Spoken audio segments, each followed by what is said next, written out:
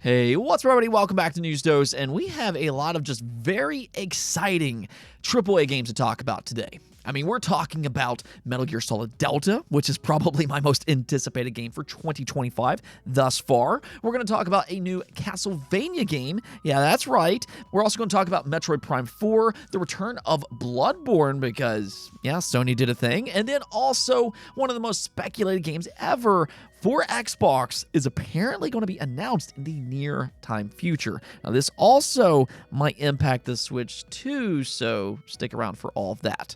Either way, sit back and let's have some fun. First, though, I do want to thank my supporters on Patreon and on YouTube memberships. You all are absolutely awesome, and just thank you so very much for what you do. Let's go and get right into things, though, starting off with Metal Gear Solid Delta. Like I said, I'm very, very excited to get back into this game later this year. Even though Metal Gear Solid 3 isn't my personal favorite within the series, it still, however, is an all-time great and one of my own personal favorite franchises ever made. So I'm thrilled to say that we just got a release date because Sony accidentally leaked its new trailer on PSN a little bit early. Now, I assume this was probably meant for the rumored PlayStation State of Play that's supposedly next week, but apparently, this announcement was just too exciting to contain. Now, I'm not going to post that trailer on my channel for obvious reasons, but this trailer revealed three different things. One is its release date, which is August 28th. So, there you go. Go and mark your calendars. It also revealed that it's a PS5 Pro enhanced game. I think that's going to be a big focal point for their State of Play next week. And hey, I mean, if you have a PlayStation 5 Pro, we are starting to see games take advantage of its extra power. Deliverance 2 is another great example of a game that shines on the PlayStation 5 Pro. Then the last thing that this trailer revealed, and this was a really, really pleasant surprise to see, the old minigame, Snake vs. Monkey, is making a comeback. Now, if you don't know what that is, it's a minigame that stars the monkeys from the PlayStation Ape Escape series. Now, I'm going to assume that this is a PlayStation exclusive bonus, but either which way, the Ape Escape series has been getting some love here recently, which is really, really nice to see. It also played a big part in Astro Bot, if you remember, as well. Now, speaking of franchises that are set to make a comeback, it's been claimed that a new AAA Castlevania will be announced in 2025. And what makes this story really interesting is that it comes from multiple sources. One is Geekin' Out. I'm not actually too familiar with their content, but they said geekinout.pt learned through their sources with knowledge of Konami's plans that a new AAA game in the Castlevania series is in development and will be officially announced in 2025. It is, however, not yet clear which studio is developing this new game in the Castlevania saga. Then also Daniel Camillo said something very similar on Twitter. You can see here where he said, some games that will be revealed announced this year is Tomb Raider, new AAA main title, Fire Emblem Remake, Nier Automata sequel, Castlevania AAA, and then EA FC 26. Different reliable sources, fairly confident. Then to just kind of add to this list, going all the way back to 2021, the Video Games Chronicle claimed that Konami was set to revive Metal Gear, Castlevania, and Silent Hill with multiple new releases. I mean, that report has been 100% accurate thus far, so I don't really see any reason to not believe that a new Castlevania game is on the way as well as they claimed, unless it's since been canceled. So, yeah, I think this rumor is believable, but the big question for me personally is, one, who's developing it, and two, in what style? I mean, is it going to be a 3D Castlevania game, or are they going to go with a 2D entry like the old school games? Let me hear in the comments below, though, which style you all would prefer. Now, we also got an update for Metroid Prime 4 and for Pokemon Legends ZA. I mean, there's been a lot of speculation that both of these are secretly Nintendo Switch 2 games, which personally I've been hoping for myself. I think both of these games would very much benefit from more powerful hardware. But however, Nintendo during an investor's call reconfirmed that both in fact will launch on the Switch 1.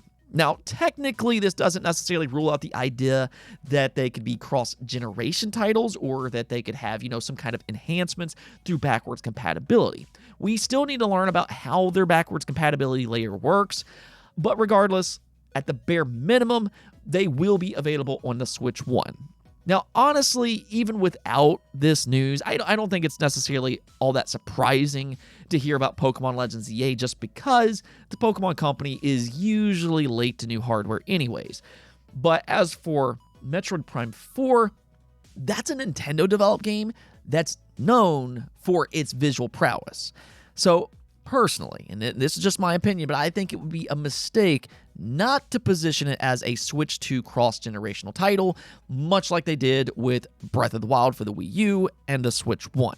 I mean, at the very least, they could position it as a 60 FPS game with better resolution, but I mean, I guess we'll have to wait and see what Nintendo's plans are here in the next few months. Okay, so let's go talk about Xbox and one of its most speculated ports of all time being Final Fantasy 16. Now, this actually pertains to the Switch 2 as well, more on that in a second, but every time we talk about this topic, I always see the same thing in the comments. There's always going to be those few people that comes in and they're going to say that, this is never going to happen, the fans need to just kind of get over it, and this, that, and the other. And my response to that is that you clearly haven't been paying attention. Square Enix has all but confirmed that Final Fantasy 16 and the Final Fantasy 7 remakes will come over to more platforms. It's more of a when rather than an if by this point. And the thing is that I don't think they're just talking about Xbox. I fully believe that if possible, these games will make their way to the Switch 2 as well. And then after that, all Final Fantasy games will launch simultaneously across all platforms on day one, which is exactly the way that it should be. I mean, I get that some people get super excited about exclusivity and, they don't want to share their favorite platforms exclusives. People get ingrained into that type of mentality, but the fact is, this was never a healthy relationship for Square Enix.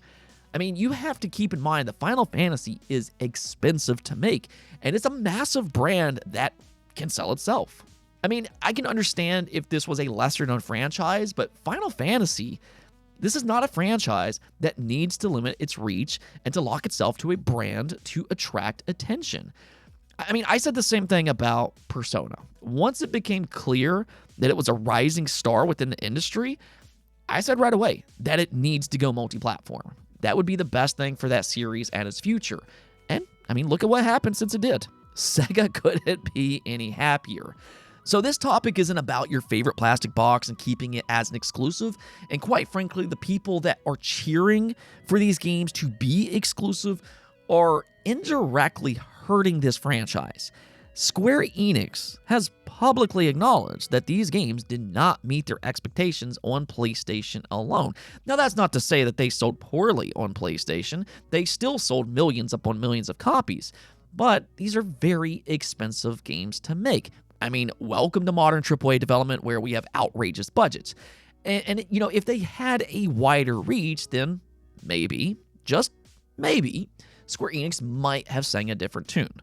So what I can say here is that if you're a Final Fantasy fan, much like myself, then we should encourage gamers across all platforms to play these amazing games. And the reason I say all this is because we now have a timeline for Final Fantasy 16's Xbox reveal, and to a lesser degree, the Final Fantasy VII remakes, which actually includes the Switch 2.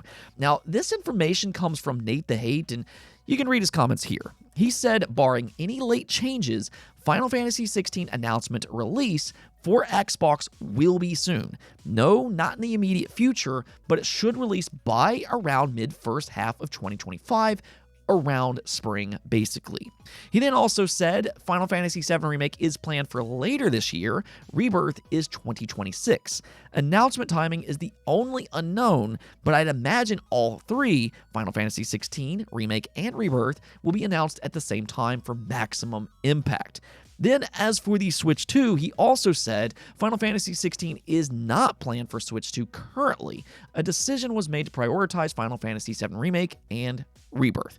Now, I imagine that's because the Final Fantasy VII Remake port is much easier to do on the Switch 2. For as much as I like Final Fantasy 16, I think it's an amazing game, but it doesn't exactly have the best performance in the world. I mean, even on the PlayStation 5 Pro, it struggles to reach the 60 FPS mark, albeit it is much more in line with the PS5 VRR range, which is 48 to 60 frames per second. For that matter, that's actually going to be one advantage for the Xbox Series X. For whatever reason, the Xbox Series X does actually have a larger VRR range than the PS5. So theoretically, if the Xbox version runs similar to the PS5 version, which I assume that it will, it might actually feel like a smoother experience on the Xbox Series X if you have a VRR-ready display. I mean, either which way, though, I know Xbox fans have been bitter about Square Enix's exclusive decision, but I'm telling you this right now, if and when these games get announced, don't be stubborn about it, because these are honestly some of the best games that you can play. I'll say the same thing to you Nintendo fans out there as well. The Final Fantasy series is truly special if you like great characters, creative worlds, and compelling stories. So if you like any of those things, do not ignore these games. Now, one last thing before we go, though. Last week, we talked about a Bloodborne revival of some sorts because Sony randomly hit the fan-made Bloodborne 60 FPS patch YouTube video with a DMCA copyright strike. Now, that video's been up for years, so it's a little bit strange that they would suddenly be bothered by it all of these years later, unless they have their own plans. So that's kind of the theory going around right now, and, well, about that. Just got a lot more interesting because now Sony also hit the Bloodborne demake with a copyright strike as well. Now, technically, maybe Sony is just being much more strict with their content and what people post on YouTube. That is one possibility. But the fact that both of these were fan-made Bloodborne projects definitely makes it suspicious, to say the least. Now, again, there is a rumor going around that PlayStation State of Play will be next week, so could they maybe reveal some kind of Bloodborne enhancement there? I mean, I'm not going to bank on it just because we've been burned on this topic so many different times, but in the back of my head, yeah, there's definitely some hopium, and I'll just kind of leave it at that. Let's go take a look at the poll of the day, though, where I asked you all, are you expecting the Nintendo Switch 2 to have stock shortages throughout 2025? Then, despite Nintendo's optimism on this topic, you all still believe that this will, in fact, be an issue. I mean, to be fair here, the Switch 2 is very possibly the most anticipated console launch of all time, and just kind of based on recent history, it doesn't exactly bode well for a smooth, consumer-friendly launch. I, however, will say that I'm at least somewhat hopeful just because it sounds like Nintendo has a record-breaking amount of Switch 2 units prepared for their first year being 20+ million. So hopefully that will help, but like some of you said in the comments, some of this really just might depend on the price first and foremost. So maybe we should wait for that before we predict too much. Anyways, though, that's going to be it for this episode, but until next time, subscribe, ring that bell, and peace out.